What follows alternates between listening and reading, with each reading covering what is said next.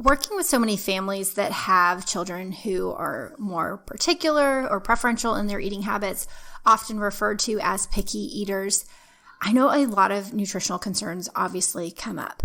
And so today I thought would be a great time to have Angela Dodge on the show. She's a registered dietitian out of Canada, and she's an expert in iron deficiency. So I want us to get into what iron deficiency is, what are some of the risk factors, what are maybe some of the signs and symptoms that may point to your child having iron deficiency, and how you can begin the process to check for it. That's what we're going to dive into in today's episode.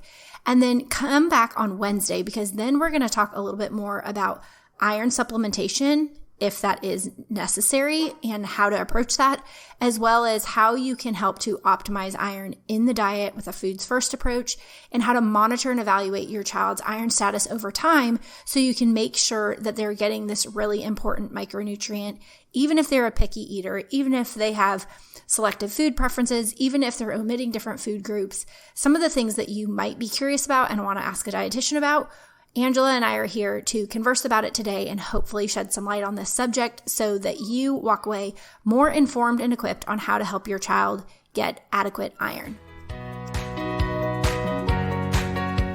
Hey Mama, I'm Ashley, and welcome to the Veggies and Virtue podcast. In this podcast, you will find simple menu ideas, kitchen organizational systems spelled out for mom life, and feeding tips and tricks that are both evidence-based and grace-laced. I believe that you can find flexibility when it comes to feeding your family so that you can feel calm, capable, and connected in the kitchen. As a registered dietitian and Christian mom of 3 myself, I want you to break free from the mealtime battles and to feel equipped while feeding your kids all day long. Pull up a stool at my kitchen counter and let me pour you a cup of coffee and say a quick prayer for you. It's time to chat about the meal times, messes, moments, and ministry of motherhood. Today you are in for a real treat because I am interviewing Angela Dodge. Angela is a registered dietitian with over 20 years of experience in pediatric and childhood nutrition.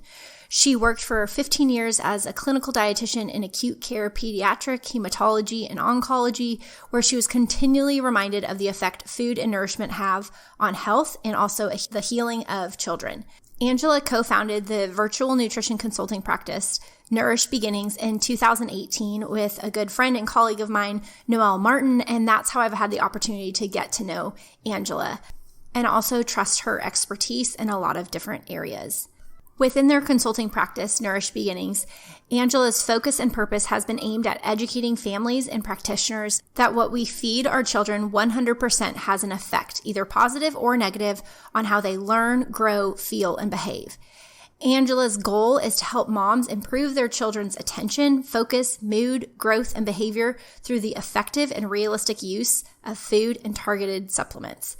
She is an expert on all things iron deficiency, identifying some of the most common signs and symptoms that this is a problem for children or could become a problem. And so I encourage you to scroll down on the show notes, make sure to check out the links that help direct you to Angela, her services, her expertise. She's also on Instagram at nourished.beginnings.kids and is a great resource for any parent who finds benefit in this show and the work that Veggies and Virtue does. Angela is a very gifted colleague that I'm thankful to get to share with each of you today. Okay, today we have a special guest on the show. Angela Dodge is here to chat with us about iron deficiency. And I've had the pleasure of getting to know Ange through social media over the last few years. And I'm just thankful for her to come in as our resident expert on all things iron deficiency, supplementation, and just further help kind of add to the conversation of how we can make sure our kids are getting the nutritional support that they need. So Ange, do you mind just kind of sharing a little bit more about yourself with my community and telling them some of your areas of specialty and the families you serve? Yeah, definitely. I'm so happy to be on here. This is like a topic that I talk about incessantly, so you've probably seen that also. But I have been a pediatric dietitian for about 21 years, Ashley. Oh my goodness. That's amazing. I know. So I've been in pediatric oncology and hematology at an acute care hospital here in Canada. I am in Canada. I'm not in the US. I did that for about 15 years, and then in private practice for about 5 of the following years, following kids with iron deficiency, ADHD, mental health concerns, supplementation, and that's kind of the families that I focus on right now.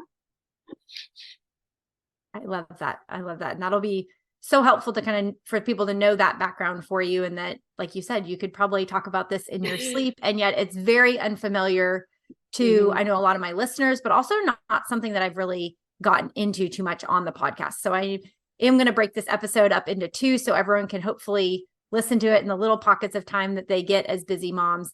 But I'd love to just kind of dive right in. So as we get into getting to ask you all things iron deficiency, some families may be familiar with the term anemic or iron just from when their child maybe was an infant or their increased iron needs in pregnancy. I mean, we kind of have these different life stages or situations families may be familiar with iron in the context of, but walk us through a little bit more of what is iron deficiency and why should parents even care about it or have it on their radar as a potential concern with their child? Good topic to start with, because I'm like, okay, what's the easiest way to explain this? Because it's, anything with the blood, it's going to be a little bit tricky, but basically, so the really fascinating thing about iron is you can only get it through food or supplements. Like our body is not innately making any iron at all. So we have to be taking it in from somewhere. So that's where this deficiency comes in. But in terms of what the blood is, so in a normal person's blood, so if we're walking around, we have these really, it'd be nice if I could show a picture, obviously, but just to kind of explain it, in the blood, there's these red blood cells that kind of look like little donuts, big, robust little donuts that have this thing called hemoglobin inside of it. And the hemoglobin sort of helps oxygen move around our kids' bodies. So when someone has a low intake of that iron, remember, from, not taking it in food or supplements, those little donuts become smaller. There's not enough hemoglobin inside. So there's not this oxygen moving around the body. So kids start to feel a little bit, they might look pale because they don't have that rosy color from the hemoglobin in the red blood cells, and they're tired because they're not getting oxygen. So it can go in phases, iron deficiency. It can start with just a low iron, moves into a deficiency where it's like, oh, we're trending towards getting a little bit lower and lower in iron. And then it becomes a full iron deficiency anemia where, your hemoglobin's low, you're low iron, you're low ferritin, all of these things that we can talk about later. But it is a phase that I always want to catch people before they get to that deficiency or that anemia stage, before things get a little bit worse. But so that's kind of, I don't know if that's helpful. It's very helpful. And I think it segues us really well into some of the other things that we'll be talking about in this episode in the next second half of it, because when we look at risk factors for iron deficiency anemia, I know we both work with pediatric populations and with families. And so sometimes parents can recognize my child's picky or, preferential towards different food groups. You talk about the need for it to either be supplemented or consumed through food. And oftentimes you and I both know, and I think some parents suspect that if their kids are omitting different food groups or just food types in general, that maybe iron is of concern. But what would you say that you see as some of the most prevalent risk factors that might be telltale signs for families that there could be an issue with impaired iron status in their child and maybe even in themselves? There's actually a lot of risk factors, to be honest. There's different stages and phases in life where kids need a lot more iron than, in infancy, they're going to need a ton. That brain is really growing. It's kind of sucking up all the iron around it for growth. Kids that are on a low iron diet, so maybe they're having a vegetarian or vegan diet, and that's not to say that's not great. We can't, kids can follow that type of diet. It's just a little bit, we have to be a little more cautious about where we're getting our iron from. I see a lot of kids with not necessarily absorption issues. So say somebody with irritable bowel, or maybe they have celiac disease or Crohn's disease or colitis, where they're not actually absorbing the nutrients that they're taking in, so that, they become at risk for low iron and some other deficiencies as well. Kids that are growing really rapidly, again, athletes, growth spurts, they're sucking up all that energy and all that, those iron rich stores and from food. Sometimes we see, I don't know if this is a lot of the kids you see, but in breastfed or babies that are drinking a lot of milk doesn't have iron in it, so they're not getting a lot of iron. We can talk about that after in terms of babies and iron in milk. But kids with also, if they're premature or if they were low birth weight when they were babies, they've probably been put on iron because of that. I see a lot of kids with behavioral concerns like ADHD or suspected ADHD. And the first thing we do when we see them is test their iron, because those tend to be a correlation between behavior and low iron status. But that's a lot. That was probably a lot for people.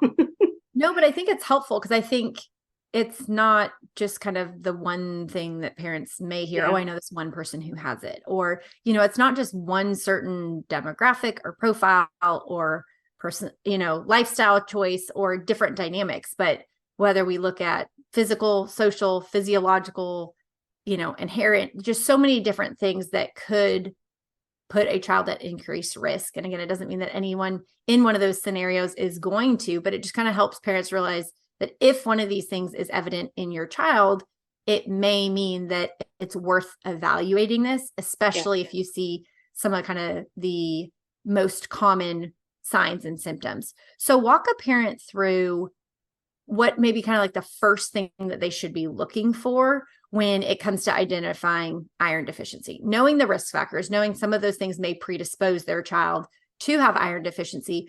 What would you consider some of the red flags that a parent really wants to tune into to say, okay, yes, my child might have neurodivergence or have just been diagnosed with ADHD, or I know that they've been diagnosed with celiac disease and we're kind of just getting into the world of all the ways that that impacts our life and their health. My child may consume a lot of milk and I don't know, we're still introducing solids and still kind of trying to figure out our diet apart from milk. How do I know if these things are just a risk factor or something that's a little bit more of what a parent should see as a red flag? Mm-hmm.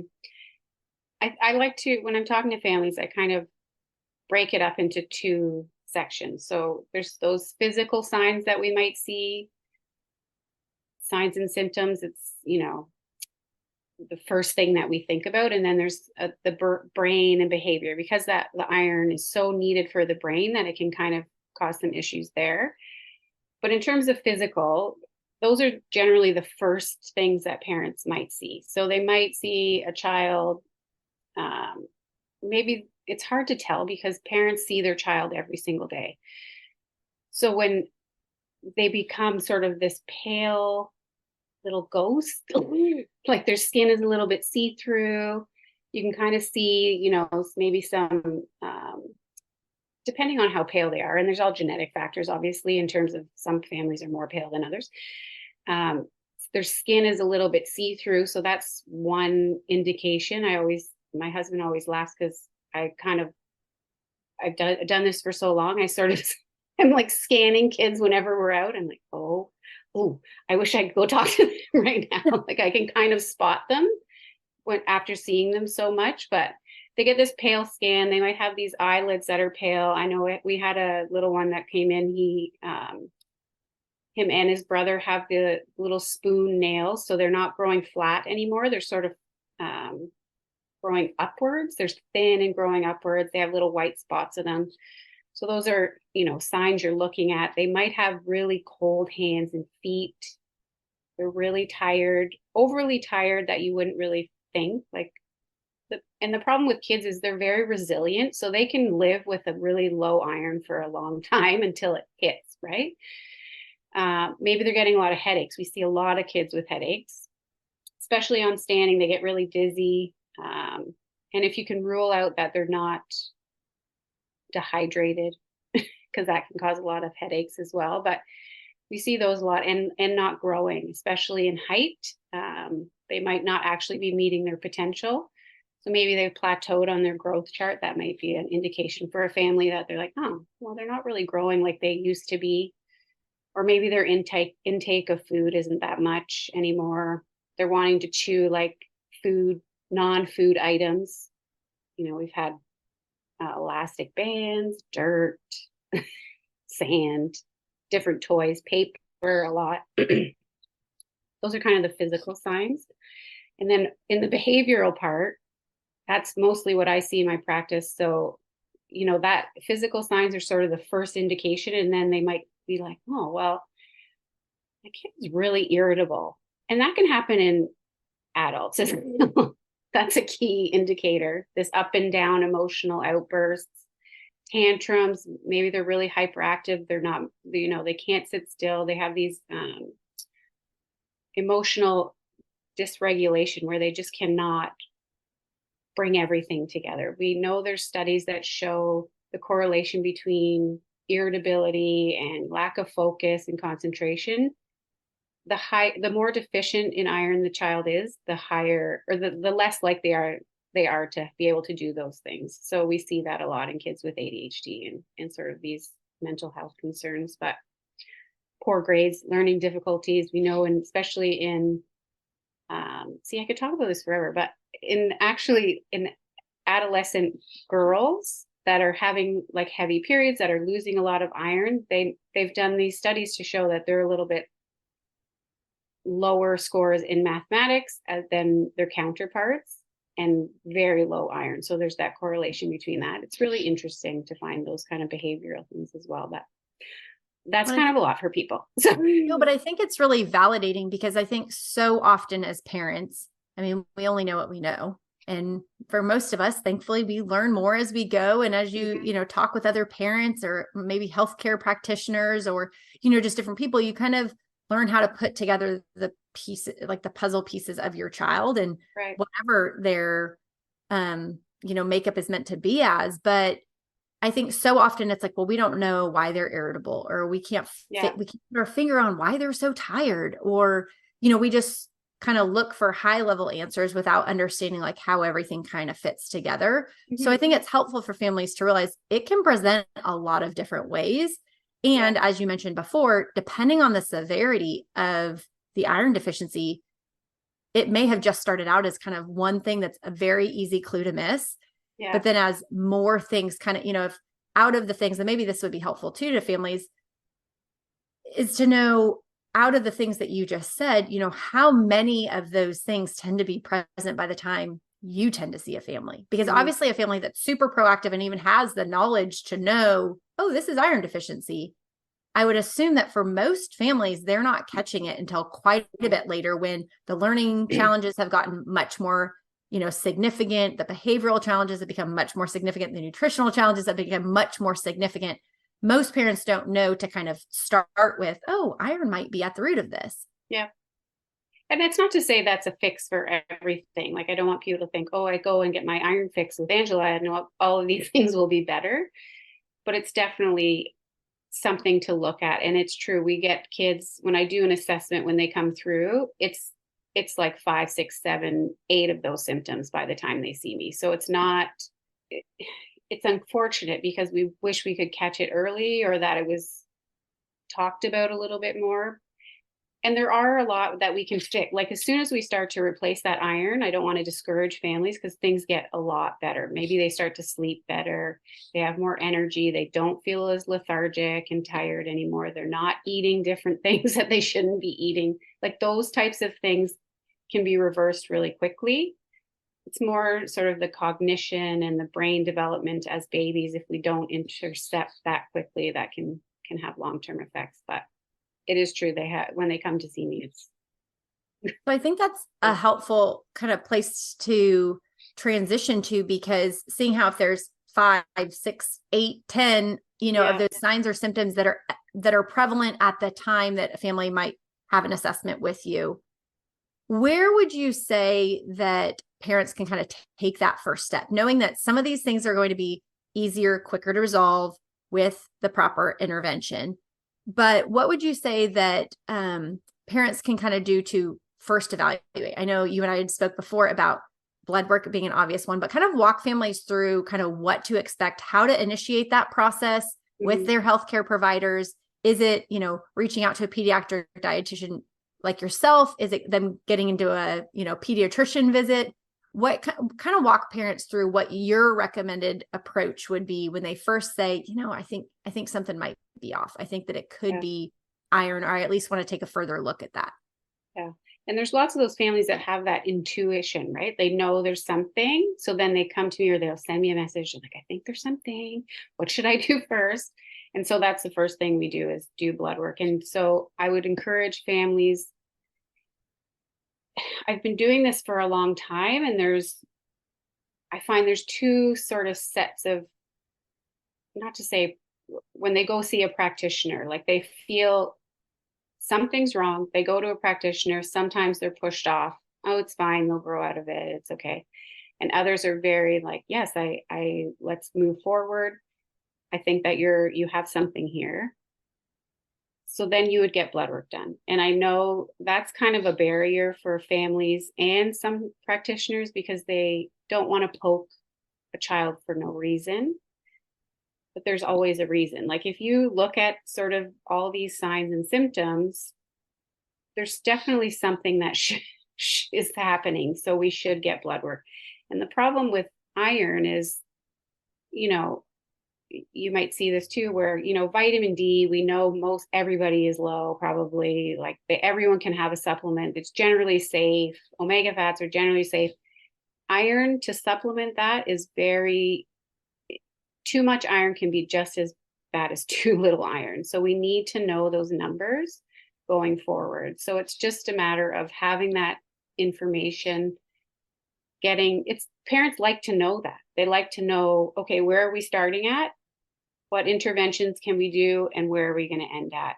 So I would just recommend that chatting with your family physician. And unfortunately, as a dietitian, even when I'm working with families in Canada, we can't order blood work.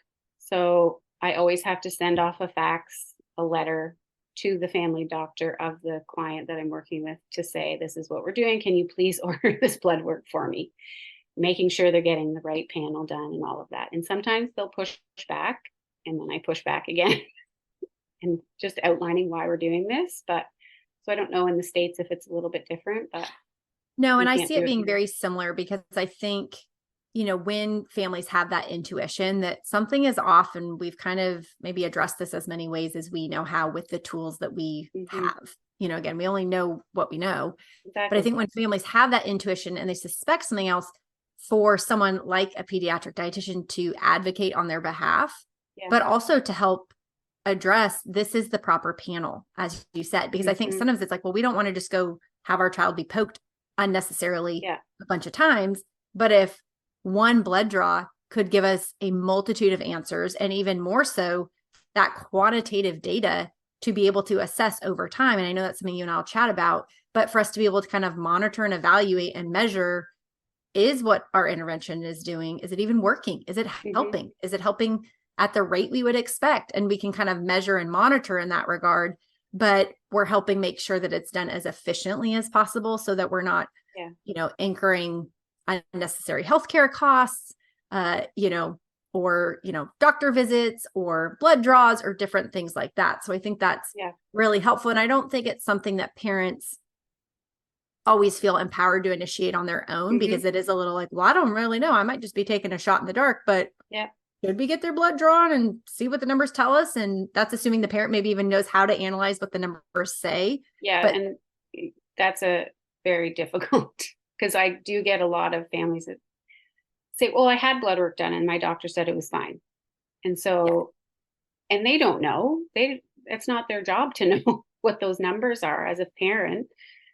But when they have me look at it, or we get the right blood work done, looking at symptoms, looking at growth, all of those things, kind of putting it together is where it's going to make the most effect. But yeah, it's always hard with those blood work panels too. So I think on that note, it might be a helpful place for us to kind of wrap up part one of the conversation, then we can pick back up for part two. But because parents rely so heavily on their child's pediatrician often before they may reach out to someone like yourself or myself to evaluate additional, what's going on analysis. You obviously specialize in iron deficiency, specifically ADHD, a lot of these different areas we talked about in the intro. But talk with a parent of maybe kind of what is their best next step. If they're listening to this episode and they just have that little, most of my audience is made up of moms. So kind of that mom intuition of, I don't know, maybe this could be it. It might not be, but as you mentioned, there can be harm to taking iron supplementation without it being necessary. Some parents kind of put the blanket multivitamin out there and just kind of say, we'll just cover our bases and figure out it's all okay. And because the doctor says that their blood work is normal, within the range of normal, you and I both know specifically with like vitamin D, iron, different things, what might be considered within normal ranges and what we see as optimal is very different. Right. And so give the mom listening maybe, what their next action item could be of pursuing with the pediatrician. Is it going in and getting a visit? Is it just calling and say, hey, I want blood work done. This is the panel, that I feel like is most appropriate. Kind of where would you guide that parent, if not to just directly to reach out to someone like yourself? What would you advise that they do with their primary healthcare provider to kind of initiate those next steps? It's going to take a visit. And you can take in, I always encourage families, take in the information. So sometimes I'll get families to keep track. I never love food records or food journals, but sometimes just keeping track on a free app online, like Chronometer or whatever, putting in what the child eats for a week, few days, and just showing, like it's pretty low in iron or it's pretty low in vitamin D. The problem is sometimes the numbers might look okay in terms of amount, but maybe they're not absorbing it as well, or there's other issues. So, that can sometimes backfire, but information in, write it down, all your signs and symptoms that you might be seeing, taking those values in and just asking for blood work. It's really all you can do. Some people will see a naturopath that might be more apt to order it. It should be something that's ordered anyways all the time. And different pediatric societies around the world have different, times when they will routinely order blood work for this. But if you have those intuitions that something is wrong, you've listened to this, you have those signs and symptoms, I would just go in and ask. That's all you can do. There's no other way we can sort of figure out what their iron status is without having blood work. Yes. Unfortunately. Okay. I wish I could if I could figure something out, then I would be really popular. And because, frequent, even, I know you have 3 kids yourself, I have 3 myself, routine blood work is done less and less as kids get older and older. Mm-hmm. So it's like really once you've gotten out of kind of some of that routine blood work of infancy and, as your child later develops. And as you mentioned at the beginning with the risk factors, different periods of growth and seasons of life are going to put more iron, like more demand for iron on your child's body. So really just getting an up-to-date blood draw and having a health professional, whether it be starting with the pediatrician to at least get those basic numbers, or reaching out to someone like a pediatric dietitian can kind of give you that starting place to then see if and what is needed and how we can kind of monitor it from there. Well, great. Well, we are going to wrap up today's episode so that we can kind of jump into chatting more about what to do once you have kind of taken these initial steps. If you're a parent that does have concern over iron deficiency, you want to begin addressing it, you've maybe gotten blood work done for your child. I want to encourage parents, if you feel that little nudge right now, go reach out to your pediatrician, reach out to Ange, reach out to myself, reach out to someone who can help initiate this process for you. So then as we pick up in part 2, the next episode coming out in a few days, then we can address a little bit more of kind of what is the action plan, what is the supplementation or the intervention that we would recommend, and how to kind of begin monitoring and evaluate. So hopefully you can start correcting that. So Ange, thank you so much for being on this episode. Go ahead and I'm going to have you tell me this 2 times on each episode, but go ahead and tell my listeners a little bit more about where they can find you, how they can connect with you if they want to say, take a next step right from today. Definitely. So you can find us mostly on Instagram. That's kind of at nourish.beginnings.kids. We do a lot of free information over there. On our website, nourishbeginnings.ca. On there, you can find sort of links to book a time or a time to chat with one of us, just to see how working together would be. It can be difficult as we're in Canada and maybe you have US clients, so we can work through those things as well, but maybe referring back and forth between you and I, Ashley, if we have someone in Canada. And I know that you offer, obviously, sometimes a personalized care plan is necessary. I know that's something you and I both feel very passionate about, but also, being able to help parents find appropriate tools, knowing that you provide a lot of really great evidence-based information that can still help parents kind of navigate through that, even if they're needing to initiate with a local pediatrician or someone who's in network with their insurance or something like that, but still be able to kind of have that assisted support. So knowing that I have listeners all over the globe, I'm glad to know that I always refer to you and Noelle up in Canada and know that you guys offer a great service to families who live in Canada, but I'm thankful to have you on the show to just be able to reach so many others as well with this information. And hopefully everyone will join us back for the second part of this episode. Thank you.